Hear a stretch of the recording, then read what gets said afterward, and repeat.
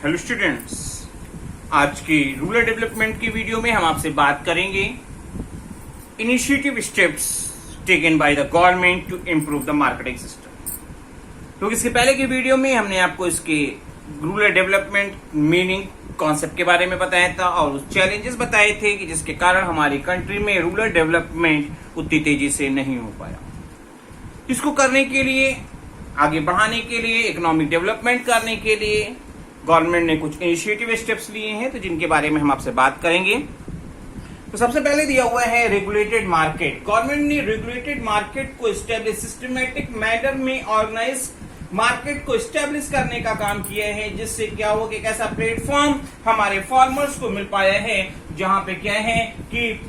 उनके produce product, उनके manufacture products को प्रॉपर मैनर में गवर्नमेंट के रिप्रेजेंटेटिव अपनी मॉनिटरिंग में कंज्यूमर को सोल्ड आउट कराने का काम कराते हैं, जिससे हमारे फार्मर्स को प्रॉपर मैनर में, प्रॉपर क्वांटिटी में, प्रॉपर वेट में अपने प्रोडक्ट्स की सप्लाई देनी पड़ती है और अपने प्रोडक्ट्स को जरूरत से ज्यादा नहीं देना पड़ता और उन प्रोडक्ट्स के लिए जेन्युइन प्राइस, जो एक जेन्युइन प्राइस हमारे फार्मर्स अपने प्रोडक्ट के लिए एक्सपेक्ट करते हैं, उनको इस रेगुलेटेड मार्केट में उस प्राइस को पाना आसान हो पाता है। जब रेगुलेटेड मार्केट नहीं थी तो हमारी कंट्री के फार्मर्स को अपने प्रोडक्ट्स की ज्यादा क्वांटिटी में, ज्यादा लेवल पे सप्लाई देनी पड़ती थी, जबकि उनको अपने प्रोडक्ट्स के लिए जो जेन्युइन वैल्यू मिलनी चाहिए थी वो नहीं मिल पाती थी। ये एक प्लेटफॉर्म प्रोवाइड करने का काम गवर्नमेंट ने कराया है, एक रेगुलेटेड मार्केट को कराया है जहां पे बहुत सारे कंज्यूमर और सप्लायर अवेलेबल होते हैं, बहुत सारे फार्मर्स अवेलेबल होते हैं, जहां जो अपने प्रोडक्ट्स को वहां पे परचेज और सेल्स करने की एक्टिविटी को प्रॉपर मैनर में ऑपरेट कराने का काम करते हैं।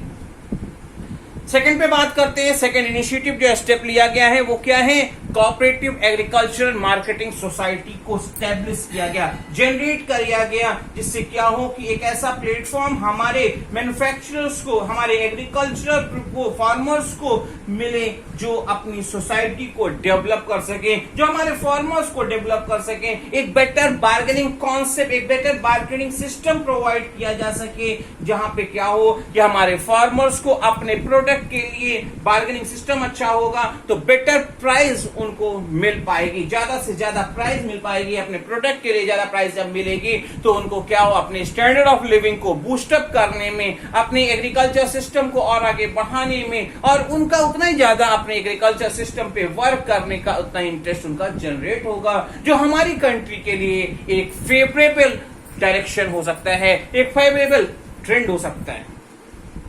थर्ड पॉइंट पे हम बात करते हैं तो provision for warehousing facility. Government ने जो हमारी एग्रीकल्चर मार्केटिंग सिस्टम की जो बहुत बड़ी प्रॉब्लम थी कि एग्रीकल्चर प्रोडक्ट्स के लिए हमारे फार्मर्स को अपने प्रोडक्ट की जेन्युइन प्राइस नहीं मिल पाती थी, तो गवर्नमेंट ने इस पे काम किया है। गवर्नमेंट ने अपने प्रोडक्ट्स को फार्मर्स को मजबूरी में बेचना ना पड़े, उसके लिए वेयर हाउसिंग फैसिलिटीज प्रोवाइड की है, जहां पे आपके फार्मर्स, हमारी कंट्री के फार्मर्स अपने प्रोडक्ट्स को अगर उनके प्राइस जेन्युइन नहीं मिल रहे हैं जो एक्सपेक्ट करते हैं, तो वो गवर्नमेंट उनको स्टोरेज की फैसिलिटीज प्रोवाइड करती है। स्टेट गवर्नमेंट और सेंट्रल गवर्नमेंट की मॉनिटरिंग में इस तरह की फैसिलिटीज प्रोवाइड की जाती है, जो कहीं ना कहीं हमारे फार्मर्स को ये हेल्प करती हैं कि अपने प्रोडक्ट को वो तब तक ना बेचें जब तक उनको अपने प्रोडक्ट्स का जेन्युइन प्राइस या एक्सपेक्टेड प्राइस, जिस वैल्यू पे वो अपने प्रोडक्ट्स को बेचना चाहते हैं, जो एक ट्रेड होना चाहिए, जो एक जेन्युइन प्राइस होना चाहिए, जब तक वो ना मिले तब तक वो बेचने के लिए मजबूर उन्हें ना होना पड़े। इसके लिए गवर्नमेंट ने क्या किया है? वेयर हाउसिंग फैसिलिटीज के लिए प्रोविजन किया है, जो कहीं ना कहीं हमारी कंट्री के रूरल डेवलपमेंट में एक हेल्पफुल रोल प्ले कर सकता है। फोर्थ पॉइंट पे बात करते हैं सब्सिडाइज ट्रांसपोर्ट। गवर्नमेंट ने हमारी एग्रीकल्चर सिस्टम को, रूरल डेवलपमेंट को बूस्टअप करने के लिए सब्सिडाइज ट्रांसपोर्ट फैसिलिटीज रेलवे से या और भी तरीके से फैसिलिटीज प्रोवाइड किए, जिससे क्या हो कि रूरल एरिया के फार्मर्स अपने प्रोडक्ट्स को अर्बन एरिया की मार्केट, जहां पे उनको अपने प्रोडक्ट्स के लिए better deal, better option, better price की फैसिलिटीज मिल सके, वहां पे अपने प्रोडक्ट्स को ले जा सके और उसमें उनको ले जाने में बहुत ज्यादा खर्चा न आने पड़े, उन्हें सब्सिडाइज रेट पर ट्रांसपोर्ट ट्रांसपोर्टेशन की फैसिलिटीज प्रोवाइड कराई, जिसका रिजल्ट है कि आज हमारे फार्मर्स को अपने प्रोडक्ट्स के लिए क्या है, जेन्युइन प्राइस पाना आसान हो पाया है। एक जगह से दूसरी जगह ले जाने में बहुत ज्यादा खर्च नहीं आता है, और इसको सोचकर कि खर्च आएगा, ये सोचकर हमारे फार्मर्स अब रुकते नहीं हैं, क्योंकि उनको गवर्नमेंट ने सब्सिडाइज ट्रांसपोर्टेशन की फैसिलिटीज प्रोवाइड कराई है, जिससे उनको अपने प्रोडक्ट्स जेन्युइन मार्केट में जेन्युइन प्राइस पर बेचना आसान हो गया है। एमएसपी, जिसे हम कहते हैं minimum support pricing policy, government ने क्या किया है, एक एमएसपी प्राइस हर प्रोडक्ट्स के लिए डिक्लेयर, एग्रीकल्चर प्रोडक्ट्स के लिए डिटर्मिनेशन कर दिया है, जिसमें गवर्नमेंट की ये पॉलिसी है, गवर्नमेंट के नॉर्म्स हैं कि एक स्टैंडर्ड लेवल, इस पर्टिकुलर लेवल से कम पर हमारे फार्मर्स को अपने प्रोडक्ट्स को ना बेचना पाए। अगर उससे ज्यादा प्राइस मिल रहा है तो आप उसको कहीं पे भी अपने फार्मर्स, हमारे फार्मर्स उस प्रोडक्ट को बेच सकते हैं, बट अगर उससे कम प्राइस पे अगर कहीं बेचने को उनको मजबूरी पड़ रही है तो गवर्नमेंट अपने एमएसपी वैल्यू पर जितनी भी क्वांटिटी में हमारे फार्मिंग प्रोडक्ट्स अवेलेबल हैं उनको खरीदने की पॉलिसी डिटरमाइन करती है कि मतलब इस लेवल से कम पर उनको कहीं और प्रोडक्ट्स ना बेचना पड़े, इस लेवल पर हम खरीदने को तैयार हैं। जिससे क्या है कि आज हमारे फार्मर्स को अपने प्रोडक्ट्स को के लिए एक लेवल से कम प्राइस पर अपने प्रोडक्ट बेचने को मजबूर नहीं होना पड़ता। जब आप एमएसपी पॉलिसी नहीं रही होगी तो उस कंडीशन में हमारे फार्मर्स को मजबूरी में कम प्राइस पर अपने प्रोडक्ट्स को बेचने की मजबूरी को फेस करना पड़ता था, जो एमएसपी पॉलिसी गवर्नमेंट के लाने के बाद ये प्रॉब्लम का रिमूवल हो गया है। फिर हम बात करेंगे डिसेमिनेशन ऑफ इंफॉर्मेशन। गवर्नमेंट ने इलेक्ट्रॉनिक मीडिया, प्रिंट मीडिया की हेल्प से आज गवर्नमेंट ने प्रोडक्ट्स की जेन्युइन प्राइस हमारे फार्मर्स को क्या है एक्टिवली इंफॉर्मेशन प्रोवाइड करने का काम किया है। पर्टिकुलरली इंफॉर्मेशन क्या है मार्केट की, मार्केट में किसी प्रोडक्ट का क्या रेट चल रहा है, फ्यूचर का क्या ट्रेंड हो सकता है, किस डायरेक्शन में हमारी मार्केट जा सकती है। इलेक्ट्रॉनिक मीडिया और प्रिंट मीडिया के हेल्प से गवर्नमेंट ने हमारे फार्मर्स को इंफॉर्मेशन प्रोवाइड कराने का काम किया है, और जिसका रिजल्ट है हमारे फार्मर्स आज इस डिसीजन को लेने में कैपेबल हो गए हैं कि हाउ मच सोल्ड प्रोडक्ट, कितना बेचें, कब बेचें, कहां बेचें, ये सब चीजों के बारे में एक जेन्युइन कॉन्सेप्ट, एक जेन्युइन डिसीजन मेकर आज हमारे फार्मर्स हो गए हैं कि उनको अपने प्रोडक्ट्स को कब बेचना चाहिए, कहां बेचना चाहिए, किस रेट पे बेचना चाहिए, ये सब चीजों का डिसीजन मेकर का रोल आज हमारे फार्मर्स प्ले कर रहे हैं, और जिसका रिजल्ट है कि कहीं ना कहीं हमारी रूरल एरिया का डेवलपमेंट हो रहा है, हमारे फार्मर्स के इकोनॉमी डेवलप हो रही है, हमारे फार्मर्स का स्टैंडर्ड ऑफ लिविंग बूस्टअप हो रहा है, और ये सब चीजें गवर्नमेंट के इनिशिएटिव स्टेप्स को लेने के कारण हो पा रहा है। नेक्स्ट पॉइंट पे हम बात करते हैं diversification of crop production. Government ने ये क्या है, diversified production, variety of production के कॉन्सेप्ट क्या है, एक ही चीजों का प्रोडक्शन ना करके अगर वेरिएंट ऑफ प्रोडक्ट्स का, बहुत सारी चीजों का प्रोडक्शन किया जाए, वैरायटी ऑफ प्रोडक्ट्स का किया जाए, सब्जी का भी प्रोडक्शन हो, गेहूं का भी प्रोडक्शन हो एक ही एरिया ऑफ लैंड में, तो इससे क्या होता है, समय समय पर जब हमारी क्रॉप्स चेंज होती रहती है तो हमारे को क्या होता है, उस प्रोडक्ट्स के लिए उस एरिया की सॉइल की भी क्या होती है, रिफिल्टर होती है, प्रोडक्टिविटी उसकी कांस्टेंट रहती है, प्रोडक्टिविटी उसकी मॉडरेट होती रहती है, और उसका रिजल्ट होता है कि हमारे फार्मर्स को बैरन ऑफ लैंड वाली प्रॉब्लम्स नहीं फेस करनी पड़ती, और सीजनल अनएम्प्लॉयमेंट की प्रॉब्लम भी उनके सामने नहीं है, क्योंकि जब डाइवर्सिफाइड, आज जिस चीज का फसल हो गई उसके बाद उन्हें खाली नहीं है, उसके बाद वो किसी दूसरी चीज का प्रोडक्शन कर रहे हैं, फिर जब दूसरा हो गया तो तीसरी चीज का प्रोडक्शन, तो इस तरह से डाइवर्सिफिकेशन भी हो जाते हैं, रेवेन्यू के वगैरह सोर्सेज आ जाते हैं, सीजनल अनएम्प्लॉयमेंट की प्रॉब्लम रिमूवल हो जाता है, और ये सब चीजें कहीं ना कहीं हमारे रूरल एरिया के डेवलपमेंट में एक इंपॉर्टेंट रोल प्ले करते हैं। नेक्स्ट बात करेंगे diversification of production, activity and employment. ये सब क्या है, ये सब चीजों का जब डाइवर्सिफाइड हम प्रोडक्शन करते हैं तो हम उससे क्रॉप से हमारे फार्मर्स को जेन्युइन वैल्यू मिलती है, जेन्युइन उनके स्टैंडर्ड ऑफ लिविंग बढ़ता है, उनका स्टैंडर्ड ऑफ लिविंग जब बूस्टअप होता है, एम्प्लॉयमेंट बूस्टअप होता है, फार्मिंग सिस्टम डेवलप होता है, प्रोडक्शन एक्टिविटी उनकी बढ़ती है, तो फाइनली रूरल एरिया को डेवलप होने में कहीं ना कहीं बहुत ही हेल्पफुल रोल प्ले करता है, क्योंकि रूरल एरिया की कि जब भी बात की जाती है फार्मर्स की बारे में जाती है, एक फार्मिंग सिस्टम की बात आती है जो कहीं ना कहीं गवर्नमेंट के इन इनिशिएटिव स्टेप्स से हमारी इन प्रॉब्लम्स का रिमूवल आसान हो पाया है। आगे चलते हैं, बात करेंगे और भी चीजें हैं जिसपे रूरल एरिया में वर्कआउट किया जा सकता है। केवल एग्रीकल्चर फार्मिंग ही वहां स्कोप नहीं है, एनिमल हस्बेंड्री पशुपालन पे भी गवर्नमेंट को फोकस करना चाहिए। विलेज एरिया में लाइव स्टॉक फार्मिंग पे भी वर्कआउट करना चाहिए, पोल्ट्री फार्म्स पे भी ज्यादा वर्क करना चाहिए, जिससे क्या हो विलेज एरिया में ये बहुत सारे ऐसे अपॉर्चुनिटीज हैं जिसका हम यूटिलाइजेशन करके एनिमल हस्बेंड्री के इंडस्ट्री को बूस्टअप कर सकते हैं। विलेज एरिया में एरिया ऑफ लैंड की अवेलेबिलिटी ज्यादा है, लोगों के पास नॉलेज है, उसको ज्यादा से ज्यादा बूस्टअप कराने का, और जिसका रिजल्ट होगा रूरल एरिया में रेवेन्यू जनरेशन होगा, लोगों के स्टैंडर्ड ऑफ लिविंग बढ़ेगी, लोगों को एम्प्लॉयमेंट मिलेगा, और जब सब चीजें होंगे तो रूरल एरिया बढ़ेगा। जब रूरल एरिया का डेवलपमेंट होगा तो हमारी कंट्री का इकोनॉमिकल डेवलपमेंट होगा, हमारी कंट्री की रेवेन्यू बढ़ेगी और हमारी कंट्री को डेवलप कंट्री के कैटेगरी में पहुंचने में बहुत ज्यादा आसानी हो। रूरल एरिया में अगर हम बात करते हैं तो फिशरीज का ऑप्शन भी एक ऑप्शन है, बस जिसे मछली पालन कह सकते हैं। विलेज एरिया में अगर हम क्या करें, फिशरीज, अब आप देखते हो केरला, महाराष्ट्र, गुजरात, तमिलनाडु, इन सब एरियाज में फिशरीज आपका क्या है, एक मेन जनरेट उनका यहाँ का रेवेन्यू सोर्स है। अगर रूरल एरियाज के लोगों को भी फिशरीज के कॉन्सेप्ट को डेवलप किया जाए, वहां पे भी ज्यादा से ज्यादा हम इसका यूज किया जाए, रिवर्स में, लेक्स में, पॉन्ड्स, स्ट्रीम्स, केवल मरीन में ही नहीं, इन सब चीजों में भी अगर क्या है फिशरीज को डेवलप किया जाए तो लोगों को जॉब मिल सकती है, लोगों को अपॉर्चुनिटीज मिल सकती है, लोगों को एम्प्लॉयमेंट मिल सकता है, लोगों को एंटरप्रेन्योर्स बनने की ऑप्शंस मिल सकता है। और जब ये सब चीजें होंगी तो उन सब चीजों का रिजल्ट होगा रूरल एरिया का डेवलपमेंट, लोगों का स्टैंडर्ड ऑफ लिविंग बूस्टअप होगा, लोगों की रेवेन्यू जनरेट होगी, लोगों के क्या है जो अनएम्प्लॉयमेंट, सीजनल अनएम्प्लॉयमेंट की प्रॉब्लम है, उस प्रॉब्लम का भी रिमूवल आपके इन सब सोर्सेस की हेल्प से दूर हो सकता है। जो लोग कभी क्या है पार्ट टाइम जॉब में हैं, उनको भी क्या है कि full time job, full time activity, उनकी रेवेन्यू, उनके आमदनी का जो सोर्स भी जनरेट हो सकते हैं, जो कहीं ना कहीं फाइनली हमारी कंट्री के इकोनॉमिकल डेवलपमेंट में हेल्पफुल रोल प्ले कर सकते हैं। हम बात करते हैं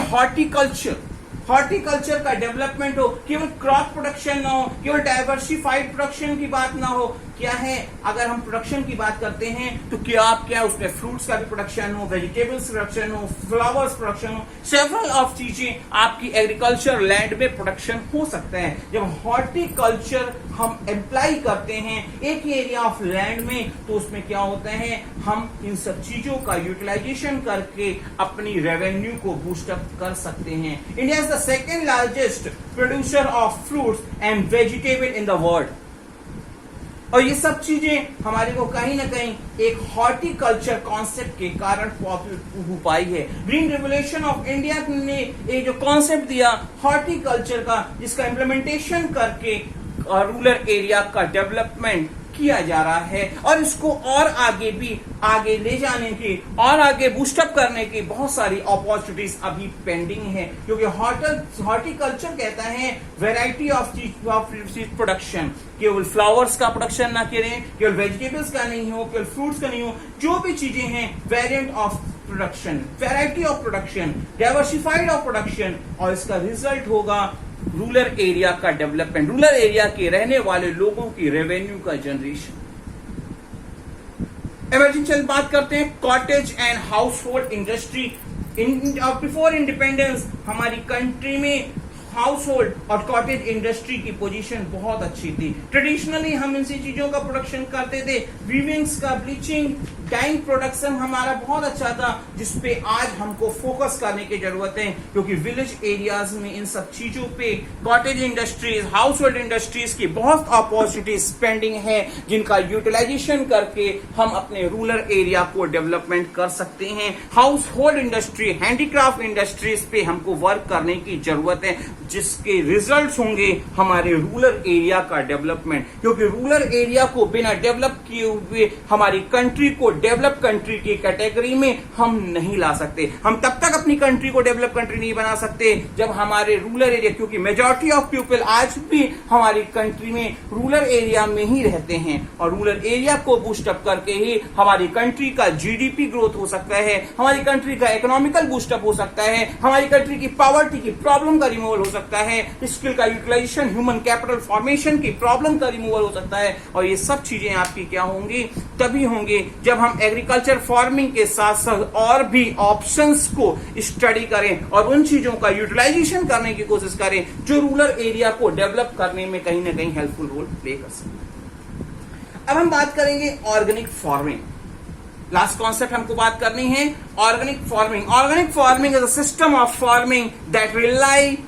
upon the use of organic inputs for cultivation, animal manures, compost products, और इन सब चीजों के हेल्प से हम क्या करें, जहां पे एग्रीकल्चर फार्मिंग इसके वर्कआउट किए जाते हैं,